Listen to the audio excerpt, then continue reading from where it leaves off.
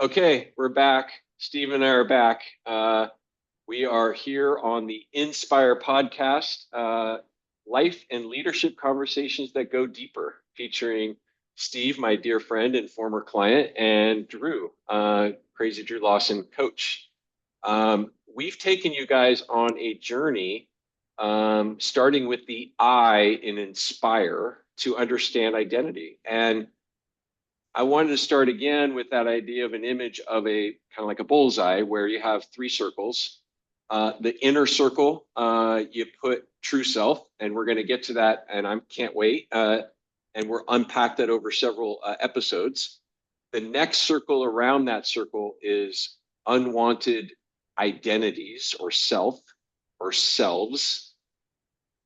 which can also be in the language of internal family systems exiles, which we'll get to. And then the outer circle, where most of us unfortunately live, is false identity or false selves. And in the language of internal family systems, they call the characters in that outer circle managers and firefighters, which we'll unpack as well. So get those circles out, and we're kind of want to explore and have more clarity around what are the unwanted identities that we're carrying around with us. And these really are the wounds, the voices we're trying to hide, and they come from our formative years when we learn the hard way that the world is challenging and people are challenging. And so our brain starts to tell us these things. And it's interesting. Brene Brown found this in an article, and I still have the article. I tracked it down, where someone mentioned this concept, the idea of unwanted identities or selves. And in many of Brene Brown's books, she comments on this as the way to look at and discover or uncover these wounds in us are fill in the blanks, meaning one fill in the blank is I do not want to be seen as X. I'll give a few more. I am not fill in the blank enough. And then the last one could be I couldn't stand people thinking I'm fill in the blank. And I'll pick on you, Steve, momentarily, but just for the sake of jumping in with these three statements, mine go to my exile or my primary or a large part of my exile or my unwanted identity is I do not want to be seen as stupid or incompetent or needy. And the second said, I am not smart enough. I couldn't stand people thinking I'm stupid. So therefore, as we talked about last time, my pretty loud saboteur or false identity or self, whatever phrase you want to use, is Spock. Is I have to be hyper rational in the language of Shazad's positive intelligence, because being hyper rational, being looking smart, is the protector, the big brother, the manager to keep me feeling good about myself, because my unwanted identity is you're stupid, dude. It's interesting. You and I share the exact same unwanted identity. I'm not smart enough, and we've talked about it on our podcast. That one for me stems from my dyslexia. I will. It's something that I will constantly make mistakes. My brain will know what I'm thinking. I will get it out wrong in a wrong way.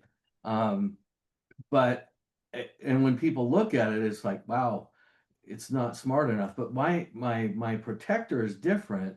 My protector is the procrastinator. So if I Mm. put it off long enough, people are, I don't know, was it Twain said, it's better to keep your mouth closed and think that maybe think that you're stupid than to open it and figure out that you really are. So my procrastinators out there is like how long can I put this off? So they don't know. So they don't figure it out. So they don't Wow. understand it. Yeah. Yeah. Yeah. Yeah. And Same root cause, but different things. Yeah. very interesting. And I think it made me, as you started that, I thought engineer, doctor. I mean, it's not unusual that some of these unwanted identities and their big brother or false identities go hand in hand with the careers we choose. I mean, Oh it's yeah. not unusual for accountants, engineers, and doctors to have that wound of, I do not want to be seen as stupid, so I'm going to look smart. Right. And I have plenty of dear friends that are incredibly successful business owners, entrepreneurs, and most of their wound is, I do not want to be seen as a failure, so therefore I am going to be successful. Right. And then there's and I think we talked about this, the, fight, flight, or befriend, tend to befriend. Yeah. So then the final one is, I do not want to be seen as unlovable, so I'm going to do whatever I can to look or be lovable. Right. So those are kind of at the core of our primitive reptile brain. But as you and I both know, and I'm glad to share, we all have all kinds of exiles or unwanted identities that are free for all in our heads. Yeah. And I kind of in our notes, I've kind of got this at the end, but I'll hit it twice. I then it's it's embracing these wonderful false identities too. These things have shaped us into who they are. Some of it's for better, some of it's for worse. Understanding them, getting rid of it. But at the in the end of the day, you and I should probably be happy with who we are, right? And these things have shaped us in a great, and we've let them shape us in a great way. It's now to how to get that stress of them out of our systems and be the true self, get to our real true selves. I so beautifully said. It's almost like run towards the roar. The only therapeutic or way to kind of heal ourselves or try to heal ourselves is to run into these or go through them. I mean, there's some quotes around anxiety. It's like the only route to help your anxiety is actually to go right at it and then go through it. And I think that's so well said, that the more we are aware of these and not get see them as evil or bad, but they're unskilled people that have been helping us along. But after a certain age, we probably don't need them. And I loved when I was in coach training, they always said, let them all go play in the sandbox over there with everybody, all their of them. I got Yeah. this. I got these guys. I love you. I love that you had a role in my life. You were skilled when I was 6. Now Yep. you're unskilled when I'm 56 or 58. Go Yep. play in the sandbox, guys. I see you over there. I love you, but hey, got it. Yep. Yep. Yeah. Perfect. Perfect. Um, I was where was I going to go? Oh, I was going to go to some of mine that I thought of. So I already shared kind of that idea of, my unwanted identity is, I do not want to be seen as stupid, incompetent, incapable, needy. So therefore, my brainscape has created this false identity of, or big brother or saboteur, all the same terms, all the same idea, of Spock or the professor or even the Tin Man, right? The Tin Man, no heart. It doesn't have a heart. Um, and the answer man, give me, if you get me in a room and you start asking me questions and I have answers, it's like, oh, I feel so good, but it's all not really authentic or truly my true self. And then I thought of another one.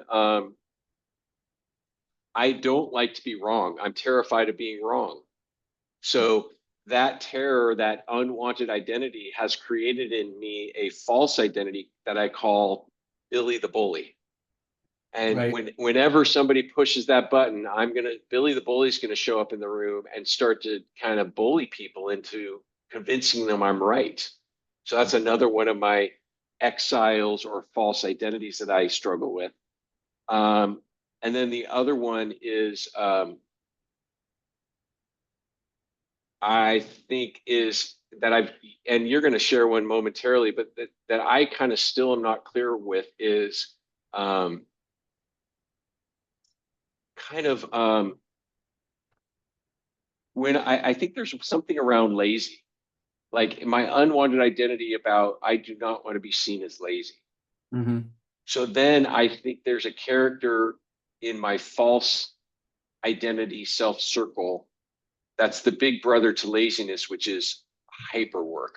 Like I've started to think of him as like a backpack man, that, oh, just put that in my backpack. I'll take it on. And so you just carry this huge weight. And that's that false identity that I have because if God forbid I'm seen as lazy, I'm going to hyperwork you. I'm going to outwork you. Right. Yeah.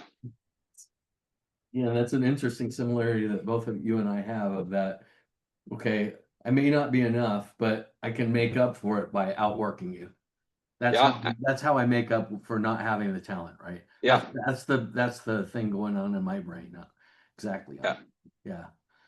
Yeah, I've got three, and we've hit these in the last project, but or last podcast, but for me, being wrong is that where my judge shows up, Flip Wilson, and here comes the judge, and that guy just constantly internally berates me, um, and that's why I have to be really careful with him. It's an internal beating that I take, and I used to joke that I was a professional at beating myself up. Mm, You can't shame me better than I can shame myself, right? mm, Um, that was my Flip Wilson, and then for me, just being able to recognize when he shows up and distance myself from him has been huge. The We talked a little bit about it, but my procrastinator of I'm not enough. I named them the three monkeys: hear no evil, speak no evil, see no evil. Um, for me, that's how they protect me. And then I've got a third one in there that also shows up in, probably I'm not enough or I'm not loved. mm. It's the other one that makes up for me. And that one, I called him, I'm dating myself again, but I called him Eddie Haskell. Because Eddie Haskell was a kid in Leave It to Beaver that would walk in and try to charm the heck out of, Mrs. Cleaver. And so that one shows up for me, and that's where the work ethic actually shows up for me. I try to do work, and my persona is based upon the homework that I've done for you so that you will love me. Yeah. It's not what I've done, it's what I've been able to accomplish for you. And if the work's good, I'm looking for acceptance and love out of that. Yeah. Those are kind of my three. What was the one you were mentioning about? I wanted you to unpack, if you're willing, a little bit of the, hey, there's another one in this middle circle, and I'm still not sure of it. Okay, but that one is the exile. We'll get to that, but that's what these guys are protecting. So these managers are out there protecting, and we'll get into it when we talk about IFS, but they're protecting an exile, and I haven't been able to really get in touch with that exile. That exile is somewhere around 4 or 5 years old. I know it's a part, and I've nicknamed that exile until I can really get to know him. I've nicknamed that exile Oliver, for Oliver the Artful Dodger, because he keeps dodging me. Doesn't really want to come out into the light yet. And that's Does, that's the guy I'm trying to get in touch with. does that exile or unwanted identity that you're kind of know is there but can't clarify, does it, if I said I do not want to be seen as, what would that unwanted identity Oliver say? How would he end that sentence? I think he's got a lot of them, and that's why I wonder if there are a lot of them in there. I don't want to be seen as stupid. I don't want to be seen as fat. I don't want to be seen as uh, I'm going to say a loser, but it's within respect to athletics. I don't want to be seen as a bad athlete. Mm, That got packed in there somewhere around 5 years old. yeah, Um, and I haven't figured out if it's, and like I said, trying to get in touch with them. It may be three people I'm dealing with in there. I don't yeah, know yeah. in this story of IFS. Yeah. Well, so what's the benefit of going here? Has it blessed you in any way in your journey into yourself and leadership? Oh yeah, very much so, because it lets me just identifying these saboteurs and being able to distance myself when they show up. I can tap in much better to my authentic self, to my Mm, true self of this is, I think we talked about um, what my brand would be one time, and I said a heart with ears. But that's really where I want what I think of as my true self, of somebody who tries to provide wisdom in situations and understanding in situations. I think that's where I lead best from. That's where I'm the most comfortable. But these saboteurs get in the way of that true self. And just being able to distance myself from the saboteurs really helps me lead from that mental position. yeah. I think getting to know this exile, though, um, will be able to help me complete my true self. If that makes Okay. sense. So Yeah. that was my follow-up is you were mentioning the outer circle, but I was curious as to why are we even spending time on that middle circle, the unwanted identity self? Yeah. And what I'm hearing is the value in that is it can help me discover what the big brother is to that, the outer circle impact. And then all of these outer circles, these two outer circles, help me to know that there's me and then there's them. Like Yep. they're set. I'm separate from them. Exactly. Yeah, I I didn't share this in the beginning, but the way I see the three circles, a catchphrase for each circle is the true self circle is who I am designed to be. The circle we're talking about today, the unwanted identities or selves, is who I don't want to be. Right. And the outer false identity or saboteur outer circle is who I pretend to be. Right. Right. Right.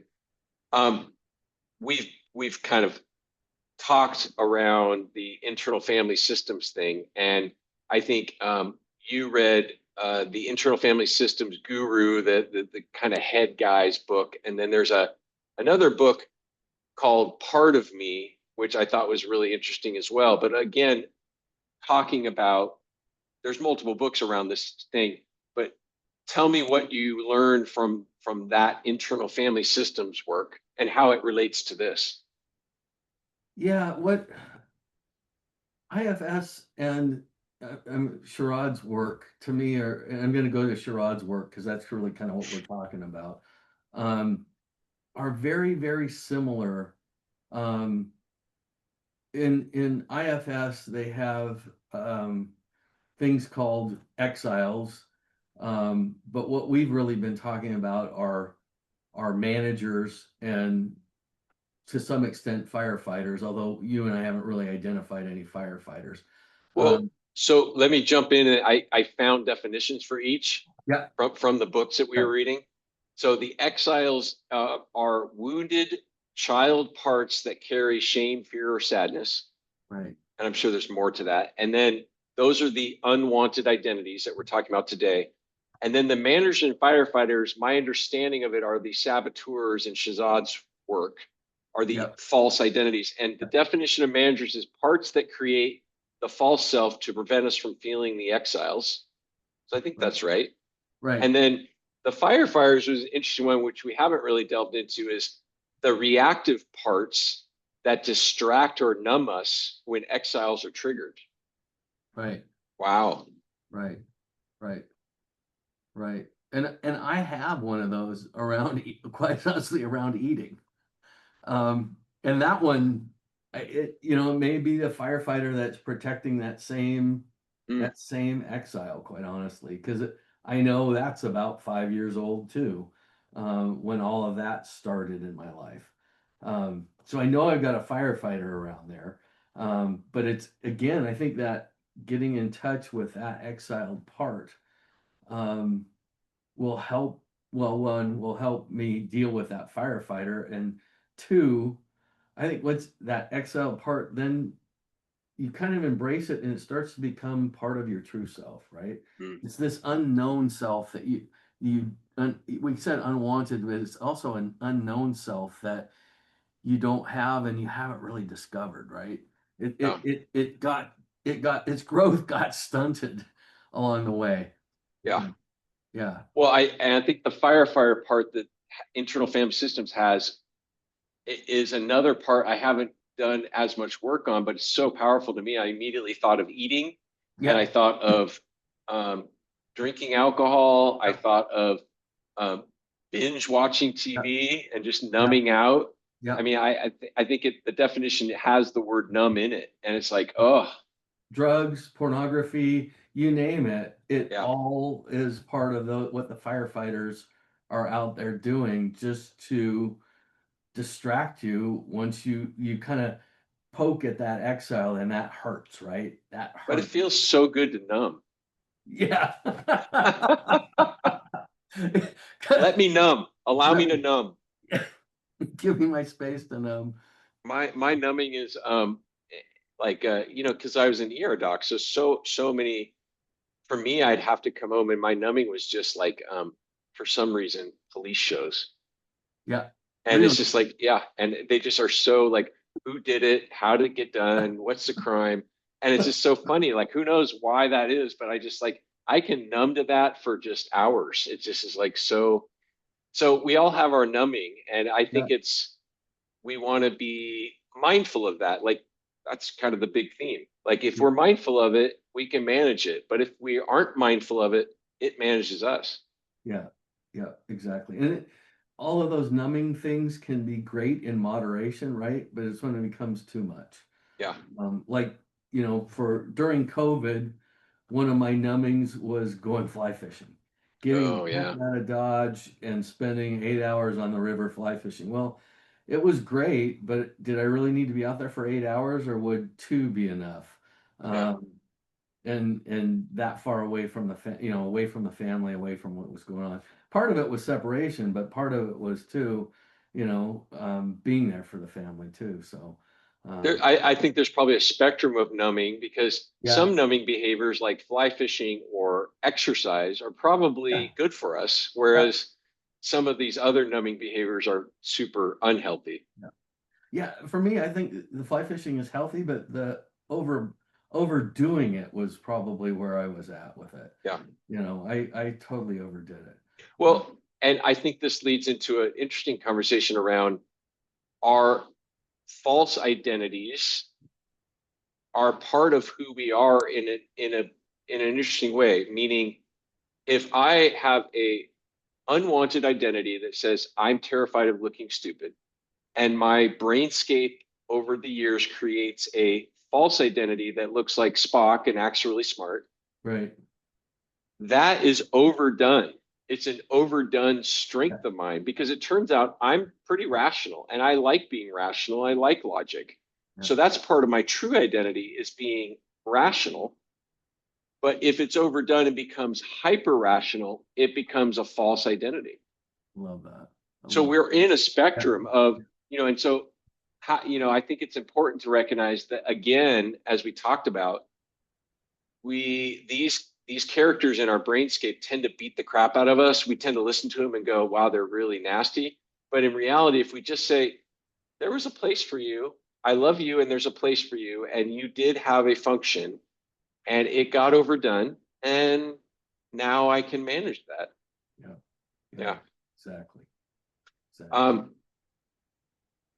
I think what's really at the core of this unwanted identity space, this middle circle, is shame. Oh, for sure. It's fear and shame. It's that, you know, um, not to put you on a spot, so I've got plenty of shame stories, but anything come to mind where you think about your child and you think about a shame story that led to an unwanted self or identity. Whew. Um, I would say the one that reinforced maybe reinforced that I'm not enough and the procrastinator. I remember being, we had to read parts for the Sunday school Christmas play, Mm, and I had to read them, you know, verbatim of what they gave me. I didn't have time to prep, which is, a coping mechanism that I would use, or even memorize them. I had to read them, and I got immediately axed out of the play because I couldn't mm. read to save my life. I kept getting my words mixed up.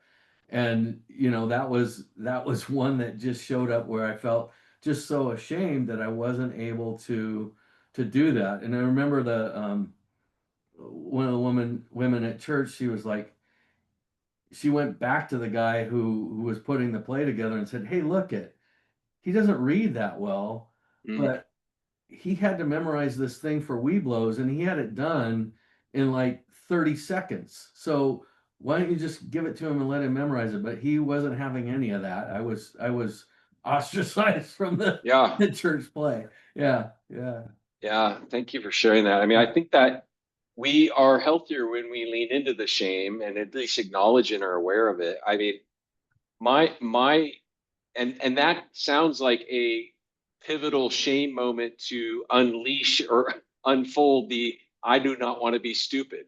yeah, exactly. And I'll just add to my I do not want to be stupid memory is sixth grade, seventh grade social studies project, spent all day on it, big poster board with all these countries and all this stuff. And my dad came home from work and just tore it up. And he said, Oh wow. "This is not good enough. You can do better." And I mean, we eventually did it in a different format, and I got a good grade. It was all Yeah, great, but that it's fascinating how that damage was done, and I carried that wound to this day of you're not smart enough. And what's interesting with both our stories is for whatever reason our brain globbed onto I I am not smart enough, or and it could have easily gone with failure. I yeah, do not want to be seen a failure. And guess yep. what? We would not be here because we'd be in our mansions because we would have been such a big success, driven to such success that we would be, hanging out in our big houses. But we would have left a burning trail behind us. That's Oh, of course, those that's those right. those players do. Yeah, Well, and unfortunately, to be honest, my burning trail I've left behind me is really one of not leaning into emotion, not leaning into the heart, the big heart I have, yeah, not leaning in, and that manifests itself by being cold, distant, and aloof.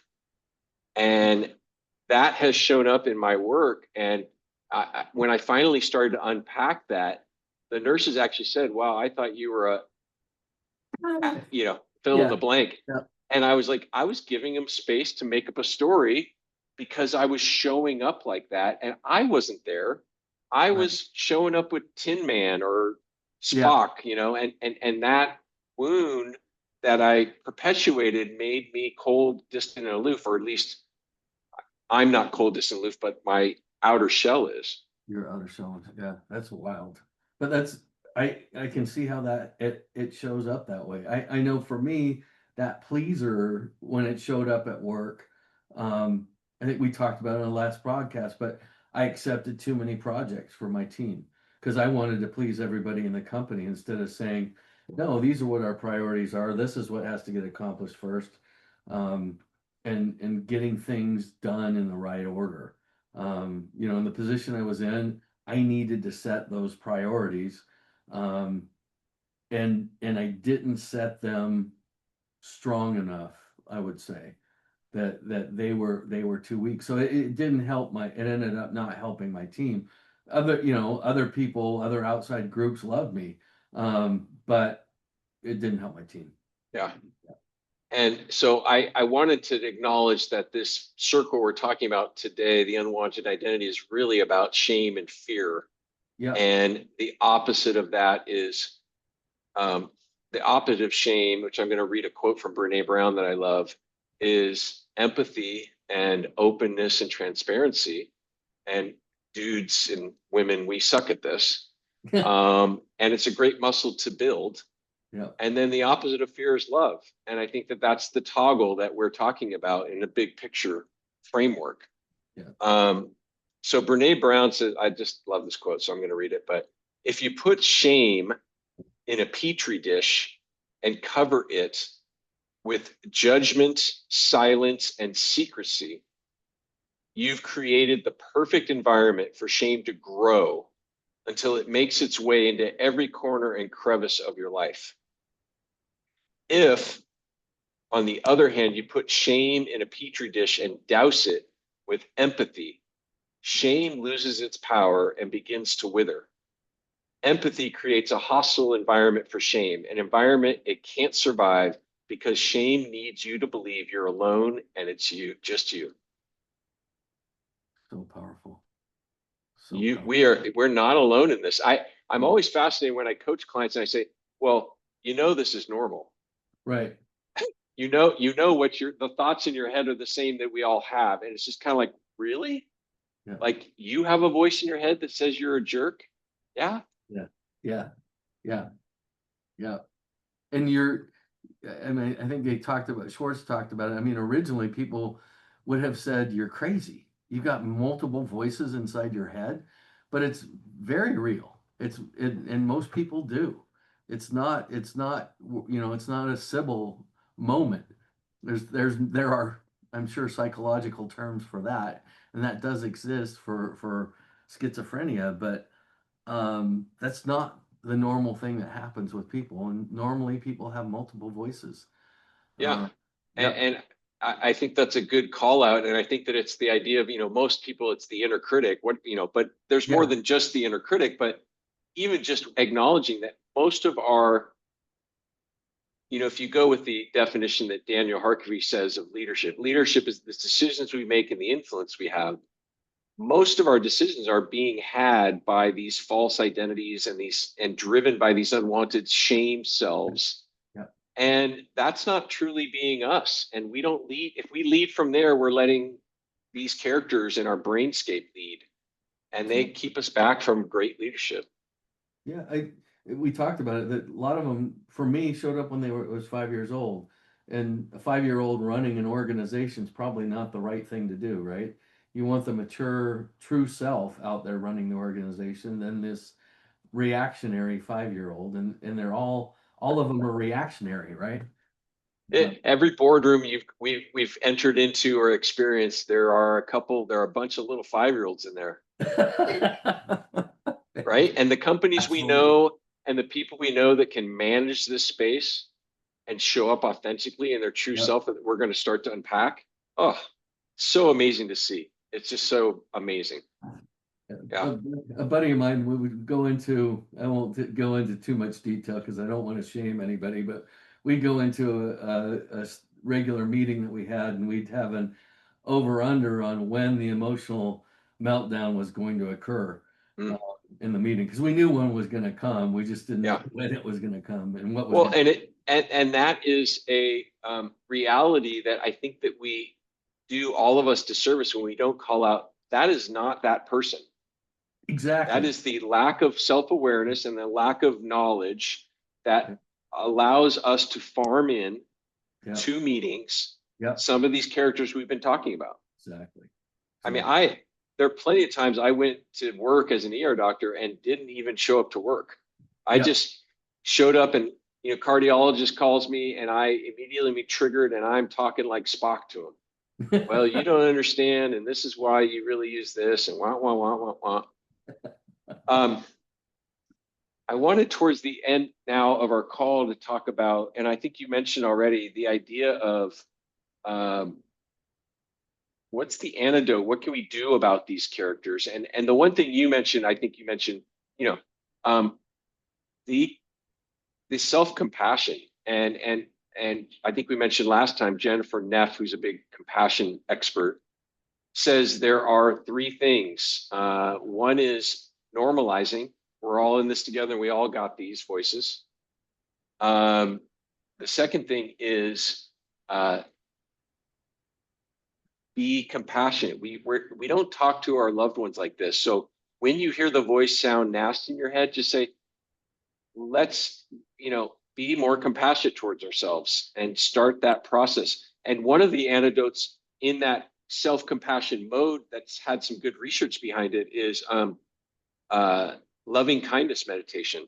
So if you want homework, check out a 5 minute or 10 minute loving kindness meditation, because they've done some longitudinal studies suggesting that if you do 5 or 10 minutes of loving kindness meditation a day, that starts to loosen up this critical nastiness in your mindscape. So the Right. second thing is self-compassion. And then the last one is mindfulness, which is the idea of, I think, and Shazad's big on this, that if we take time in our lives throughout the day and take some micro moments just to check in with the temperature of the glass I'm holding with water in it, or to actually really focus on the sensation of drinking or the sensation of my toes in my shoes and wiggling them throughout the day, as we do these mindfulness moments, which are being fully present to your senses, that actually has been shown also to calm the brain and make the brain less sticky, Yeah. so that we can hear the voices in our head that are saying sweet nothings to us, and we can shift more quickly Right. away from them. Right. Yeah. I I love that. I listened to a thing in my feed yesterday, and the guy was talking similarly to what you had said, with finding ways during the day to be grateful, Mm, and being and dealing with these false selves and unwanted selves, being grateful that they were in your life. mm, They provided a service for you, and yeah. being grateful for those, and loving that exile or that unwanted self, um, loving them back up and letting them mature and letting them honestly become part of your true self again, I think is a huge part of the healing. Uh, Yeah. but Beautifully said. love and gratefulness, it's just it's it's so underdone, and I know when I'm in the mode, because I don't I don't flip anybody off going down the road. Right. Yeah. I, I I'm not hyper wired, right? I'm in a very wonderful, peaceful, authentic state. Yeah. Yeah. Yeah. So homework for today's call was a couple things. Start to name and discover these unwanted identities. And certainly, probably the easiest way I've found to name them is the Brene Brown stuff around, I do not want to be seen as fill in the blank. Or I'm terrified that Steve's going to find out that I'm like this, whatever you want to put, but that's helpful for that. Then start noticing when they show up. What triggers you? What's going on, and then nourish the idea of creating space for curiosity. What is this part of me afraid of? What's the shame here? And then just you don't have to go super deep, but just a light touch to be acknowledging that this is the way to nourish the space and like you said, grow from it. Yeah. I think in Schwartz's work, who's kind of the guru of internal family systems, or I don't remember where I heard it, but I think some people will suggest you can write a letter to your one of these exile selves, Yeah. and that process of writing with a pen and a paper can help unpack and familiarize yourself with some of these unwanted selves that may have been so embedded in our psyche that we don't even know they're out there. Yeah. um, and then the last thing was bring compassion instead of control. Yeah. Like you said, bring the compassion. Talk with the things going on in your head. Talk with them in a fun and lighthearted way. Right. Yeah. So good. Yep. Um, anything else? What else? I only had one thing. Your comment, about writing a note. One of the other things I love that Schwartz said is kind of ask the part how old it is. Mm, yeah. Just to get in touch with it. It's like, well, when did you show up? How old are you? And you'll be amazed at at how old the part really thinks it is, how old Yeah. the part thinks you are, and then, talking to it and say, hey, I'm now 63, right? I'm no longer 5. And they're like, the part becomes a little bit blown away by that. Wait, you're Yeah. 63, you made it, and yeah, you helped me get there, but it's time for us all to grow up at this point. So Yeah.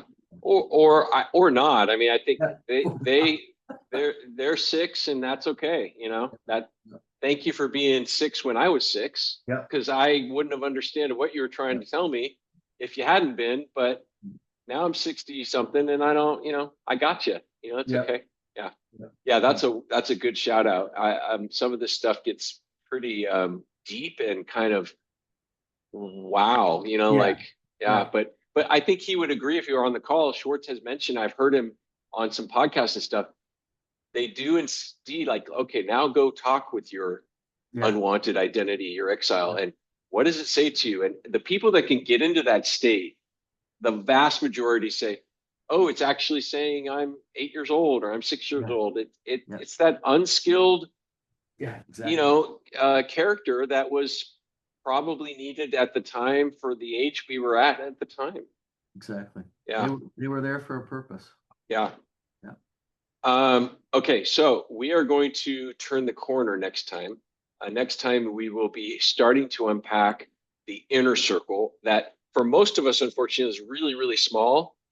It is a really tiny circle, but our hope by the end of the next episodes, and it will probably take us multiple episodes, will be to start to expand that inner circle, start to expand that true identity so that it's filled with all kinds of descriptors that really make us be better leaders and more in tune with this is where we should lead from. yeah. Yeah, Love it. Love it. cool. Looking All forward right, to it. brother. All right, brother. Be good. Always a joy. Yeah, it's blessed.